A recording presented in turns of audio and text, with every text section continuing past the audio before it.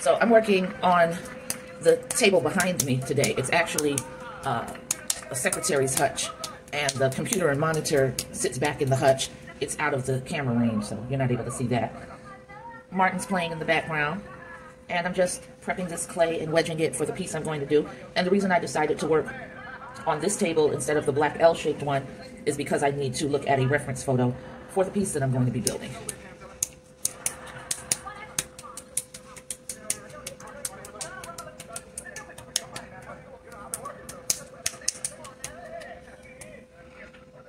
I'm just going to grab my tool because I want to see how this clay has wedged, if it's nice and solid.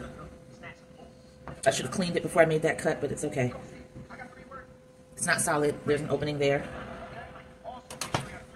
So I'm just going to wedge it again. I didn't do a thorough wedging, so that doesn't really surprise me that it's not solid.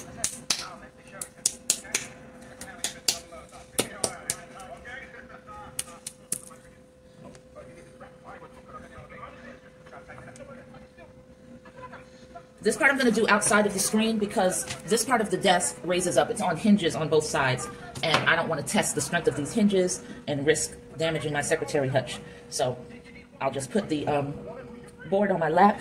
I would turn the camera angle so that you can watch this, but I told you the floor is horrendous because I let clay particles just drop onto the floor. So there's boulders and pebbles, and even though I cleaned up the desk, I haven't done anything about the floor because I don't want to sweep. It puts too much clay dust into the atmosphere, and even with the mask on while I'm doing that, it lingers for way too long. So I don't want to upset it and cause all of those particles to rise into the air and end up going into my lungs. So that's why I'm not aiming the camera down, because it's really a hot mess on the floor. But everything else looks wonderful because I cleaned it off, so there's that. Oh, you can see a little bit of this just in the corner. I thought I had gone completely outside of the camera range, but I hadn't.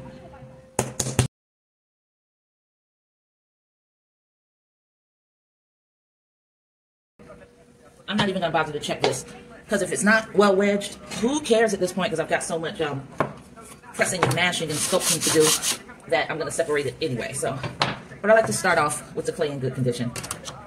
So, opening up my reference picture.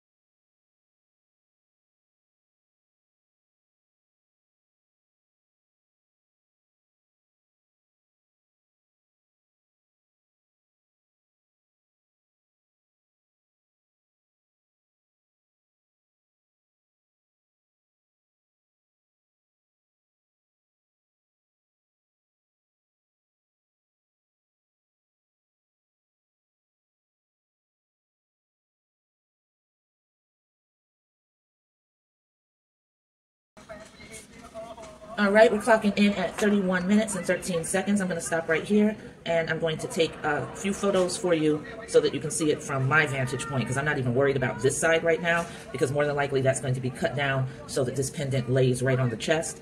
So I'm not really focused on detailing that out now. I want it to be a 3/4 view of this majestic lion, and yeah, so I think I'm building them out pretty good so far.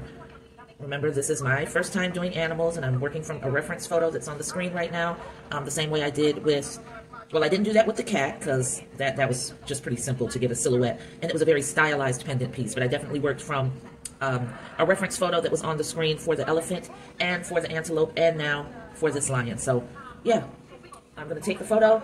That's going to show at the end of this video. And as always, I would love some interaction. Engagement is great, but talking to y'all is better. So if there are any questions or anything you want to say, holla at me. All of this is going to go on YouTube, so you'll be able to watch the full video there. I really wish that you would subscribe to the channel. It would mean a lot to me. Also, my website is artbyterri, artbyterri.com. So you can always go there to look at paintings that I've done. Most of that is older work. I haven't put my sculpture page up yet, but that will hopefully be coming very soon, like within the next couple of months. And as always, I really thank you for your support, for your kind words, for following me along this sculpture journey. It's starting to evolve into something that I wasn't even expecting. So, you know, it's just interesting to see where your creativity is going to take you once you get out of your comfort zone and start experimenting and exploring. So that's the point that I'm at now. And yeah, I'll catch you on the flip side. Peace.